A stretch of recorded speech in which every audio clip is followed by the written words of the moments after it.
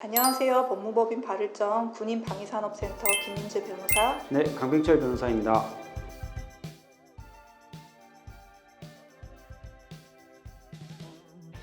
이번 시간에는 군인의 신분으로 해서 범죄를 저질렀다면 이제 어떻게 대처하는 것이 좋을까? 이제 그 대처 과정을 논하기 전에 군인이 신분에서 범죄를 저질렀을 때 어떤 과정을 거치는지에 대해서 알아보고 가시는 게 더 좋지 않을까 해서 그 부분을 한번 좀 말씀을 드릴까 합니다. 먼저 군인 신분에서 범죄를 저질렀다라고 하면 무조건 이제 군사재판으로 진행되나요? 일단 기본적으로 군인이 저지른 범죄에 대해서는 군사법원의 재판 관할이 있기 때문에 군사법원의 재판으로 진행이 되는 게 맞습니다. 근데 군사법원법이 최근에 개정이 돼서 2021년 7월 1일부로 이제 개정 군사법원법이 시행이 되게 되는데요. 개정 군사법원법에서는 군인이 저지른 범죄 중에서 일부 범죄, 성범죄, 그 다음에 군인이 입대하기 전에 저지른 범죄, 그 다음에 사망이 발생한 사건의 경우에는 민간법원의 재판 관할이 있는 걸로 법이 개정이 됐기 때문에 7월 1일 이후에 발생한 그 세 가지 범죄에 대해서는 군사재판으로 진행되지 않고 민간법원에서 재판이 진행되게 되어 있습니다. 그러면 군인이 이제 범죄를 저질렀는데 민간 경찰에서 조사를 받는 경우도 있나요? 예를 들면 이런 거죠. 군인이 술을 먹고 자다가 음주운전을 해서 단속에 걸린 거죠. 1차적으로는 이제 민간 경찰에서 음주 단속을 하고 혈중 알코올 농도 수치를 재고 해서 최초의 음주운전자 적발 보고서를 작성해서 사건을 입건한 다음에 최초에 이제 진술을 받겠죠. 보통 이제 음주운전하고 바로 이제 조사받으러 가는 경우가 많기 때문에 거기에서 내가 군인 신분임을 밝히면 조사된 서류를 군 수사기관에 이첩을 하게 되겠죠. 그래서 그 이후에는 군 수사기관의 조사를 받고 군사법원의 재판을 받는 과정을 거치게 되어 있습니다. 만약에 이제 군인 신분에서 이제 범죄를 저질렀을 때 이제 군사 재판으로 가잖아요. 그럼 이제 처벌 수위가 있는데 처벌 수위가 어떻게 되죠? 일단 기본적으로는 군사법원에서도 민간법원의 판결문이나 그동안에 쌓여있던 여러 가지 양형 자료들을 많이 이제 참고를 해서 재판을 하기 때문에 기본적으로는 유사한 범위 내에서 설정이 되고요. 이제 만들어지는데 이제 다만 군인 신분이라는 어떤 특수성, 공무원이라는 특수성, 그다음에 군 내부의 어떤 군 기강 확립, 군 위신 실추에 대한 어떤 책임을 물어서 민간인들보다는 조금 더 높은 수위에서 처벌을 하는 경향은 있습니다.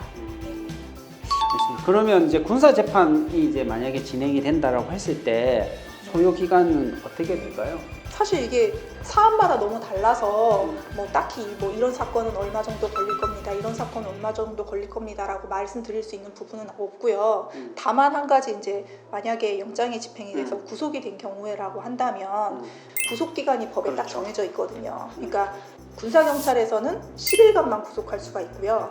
그다음에 군 검찰에서는 10일 구속을 원칙으로 하되 10일 더 연장할 수 있기 때문에 최장 20일 동안 구속을 시켜놓을 수 있고요.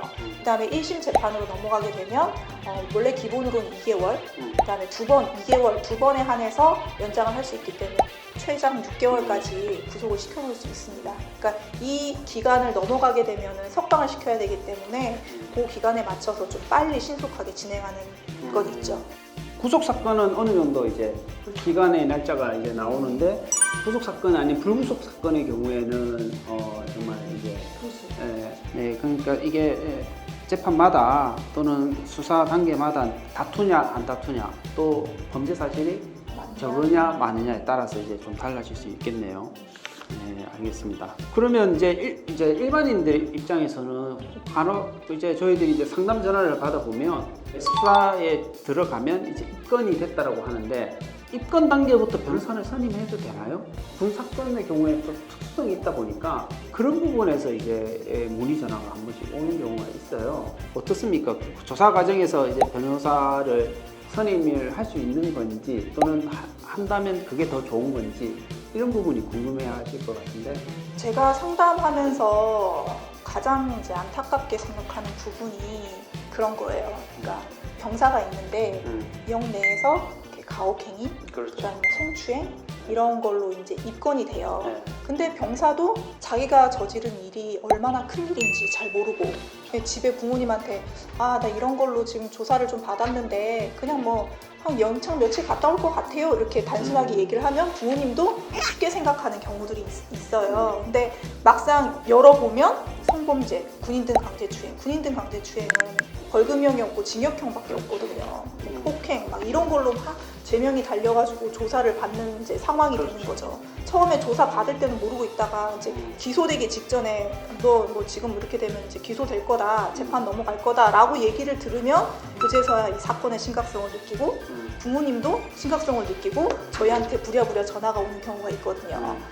모든 사건이 그렇지만 초기 진술을 얼마나 잘 하느냐가 군사경찰 조사, 군검찰 조사, 법정 진술까지 쭉 이어지게 되거든요. 근데 뭐 진술의 일관성 이런 걸 많이 보기 때문에 초기에 얼마나 진술을 잘 정리해서 답변을 준비해서 가느냐가 되게 중요하기 때문에 저희 입장에서는 문제가 딱 발생했을 때 변호사가 개입하는 게 가장 좋다라고 생각을 하고 있습니다.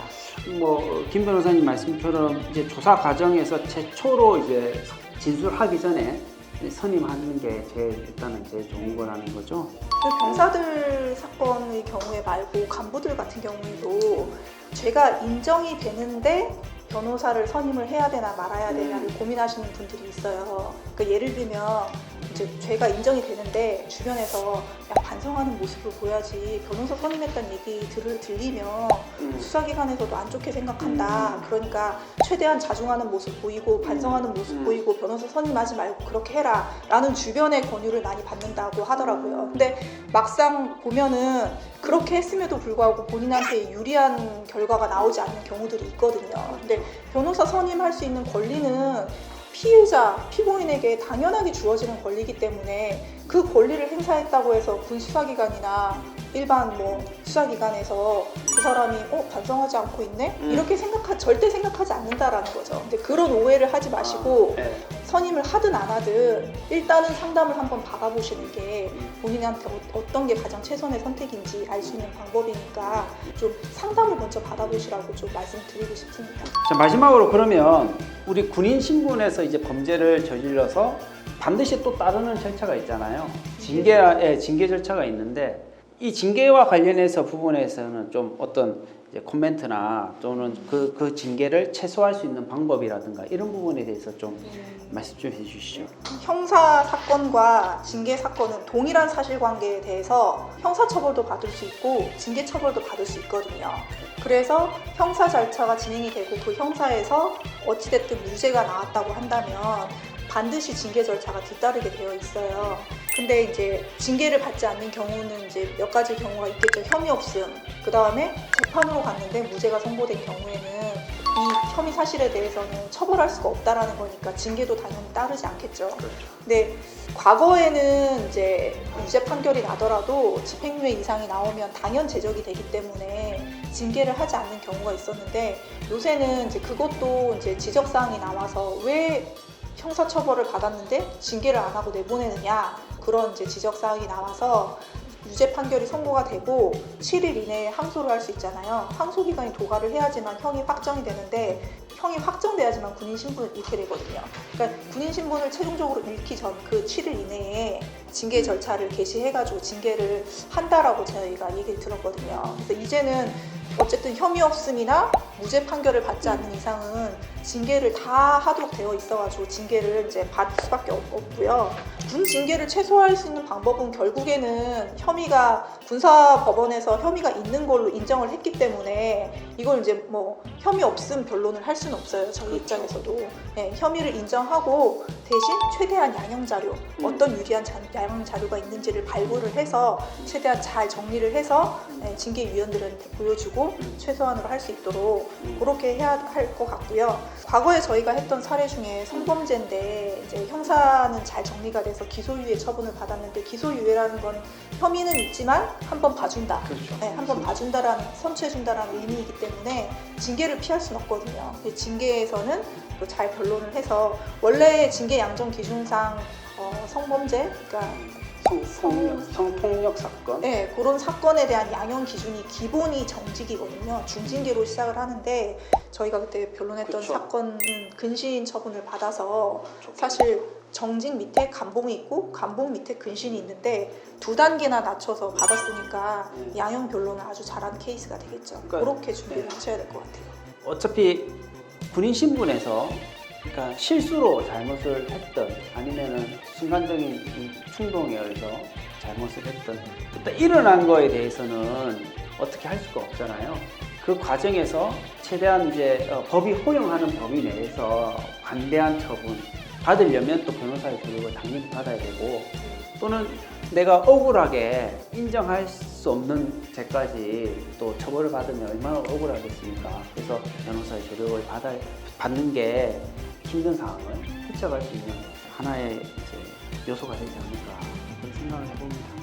특히 뭐 군사 법원에서 진행되는 사건의 경우에는 군 관련 지식이 좀 풍부한 변호사의 조력을 받는 게 좋을 것이라고 판단이 들기 때문에 군 관련 사건과 지금 관련해서 조사를 받고 있거나 아니면 뭐 이렇게 궁금증이 있으시면 언제든지 연락 주시면 저희가 성실하게 답변 드리도록 하겠습니다.